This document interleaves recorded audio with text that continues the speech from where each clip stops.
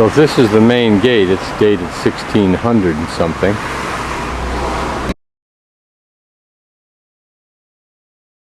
But as the lovely older lady at the information office said, it's now, the property's been converted into a daycare center, a nursery school. Notice here where there used to be swinging gates, and they were just embedded in holes there and swung in those holes. You know, most temples, certainly the Chinese, would have and elsewhere in the world, would have a stone base there so it wouldn't wear down. This is normally not open, but the gentleman was very gracious in opening it up for me to look at.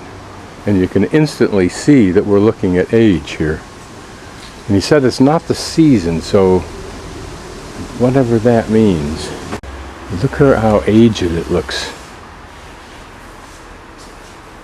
Hopefully it is very old and has been protected over time. Imagine one time when it was beautifully painted white originally. I'm glad it's not. Makes it more authentic looking. Here's the very old entry gate.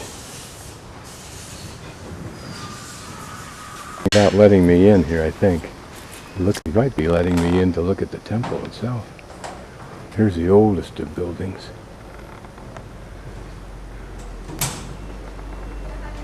Yes, he opened this up for me, and it might have started a firestorm because there's other people. Here we get a unique look inside the temple itself.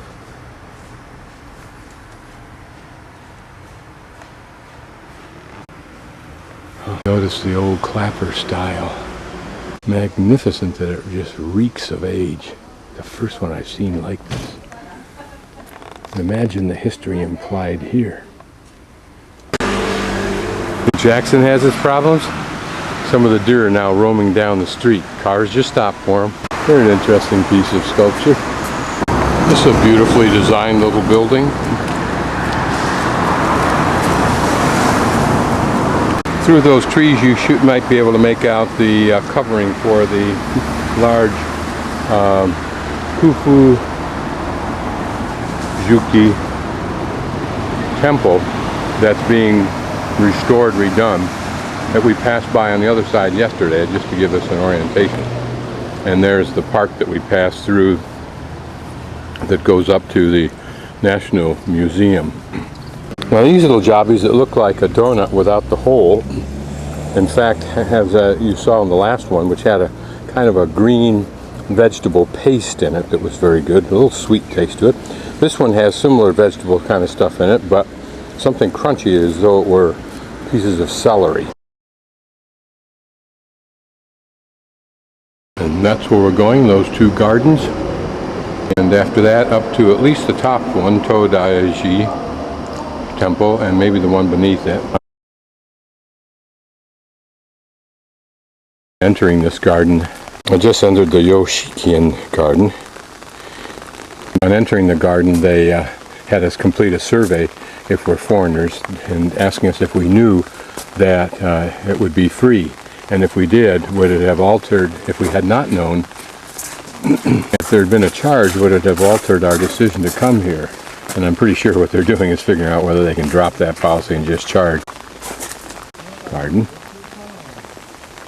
Pretty in the rain, probably any other time, but interestingly pretty now. Probably this was owned by some family or a wealthy nobleman or government person, but you can imagine what a lovely place this is. And if you're Bill Gates equivalent or anybody like that in Japan, this is what you will create for yourself. Why not? What we're looking through into this building is traditional handmade glass. You see probably as I move the camera how the light kind of wavers, and that's an indicator of the making of the glass is pretty traditional. They put a ball, they dip this rod into the pool of molten glass and then blow it into a bubble, make the bubble as big and as long as they can, then lay it down, cut it in half, and keep heating it and flattening it out as much as they can to end up with this glass. But you can imagine for panels of this size that would take a little bit of effort and skill. You can also notice the lengthwise axis of the glass.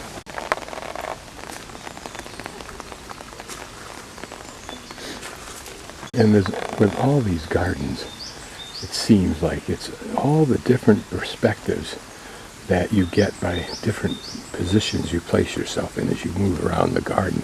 Certainly that's what the paths are for. The size of this, I mean, here you can see that this was probably used as a purification device from that stage, if you will, or a balcony, which is now deteriorated to the point where it hasn't got long to stand.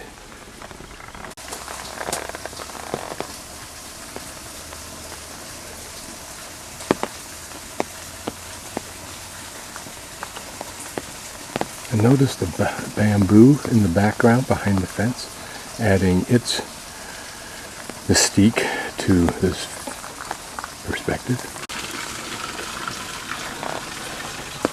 I'm going to run the camera here just so you can get a feel for what it's like to be walking slowly through here.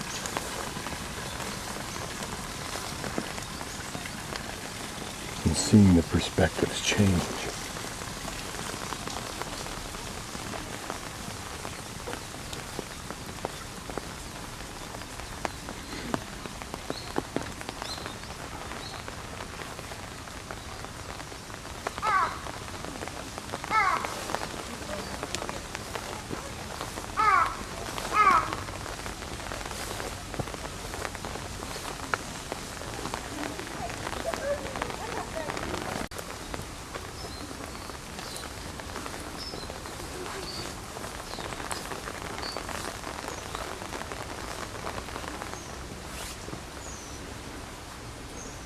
And you can imagine sitting out here on a cushion, enjoying the rain while you read or work on your iPad. I can. It's lovely.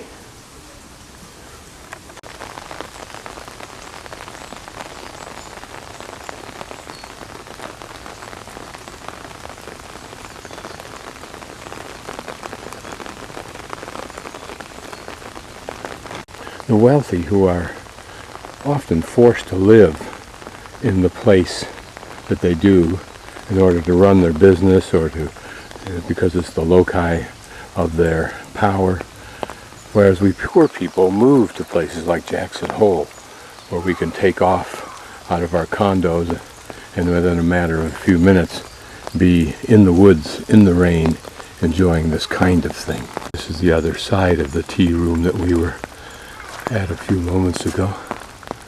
Notice those thatched roofs. Seems like an understatement to call them thatched.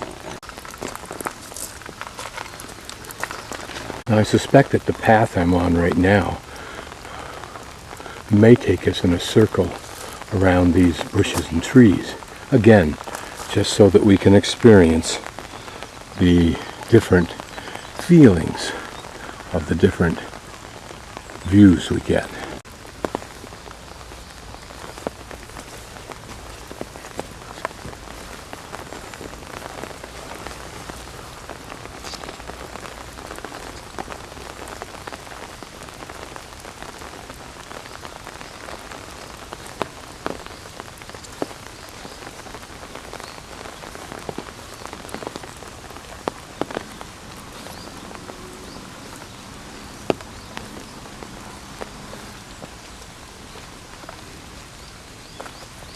This is when you notice that one of the other magnificent capabilities of the brain and its partner, the eyes, is its ability to factor out of an image the jiggles and movements. This may answer a question I had yesterday about the other park we were walking in, where the moss seemed so bitten down, very much like that area right along the edge of the walkway. Whereas if you look closely here, this moss stands maybe 4 or 5 inches tall in some places, maybe 6 inches, which is probably a high-story forest in the term of moss existence. And it may be because those deer eat it all down. Given that these are lanterns rather than incense burners, I wonder what the significance of the different styles, sizes, etc. is. And when I walk through that moss garden, I'm reminded of other moss gardens, but that I've wandered through that were not called that, like in Iguazu's Argentine National Park, Isuien National Park, I think, where there are sections of monstrous boulders and trees all covered in moss.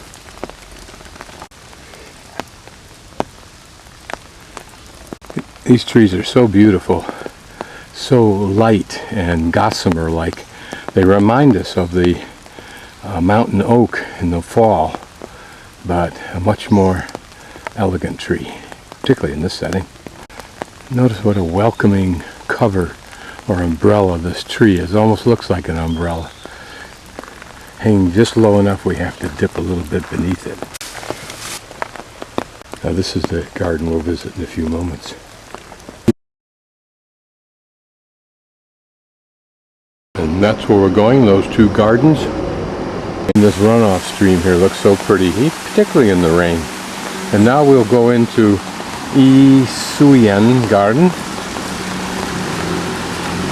And we'll see if the governor has graciously demurred, whatever that means, our feet. We enter at the lower left corner and wander about. And there's apparently a restaurant in here. It charges pretty hefty prices for lunch, 14 and 1800 yen.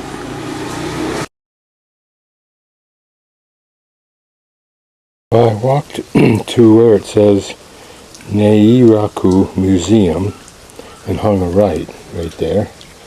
And I thought that's where I was hiking to. And then I'm at a spot now that looks like a temple. I don't know if it's Todaiji Museum or whether it is the temple itself. Not too far away from those two gardens.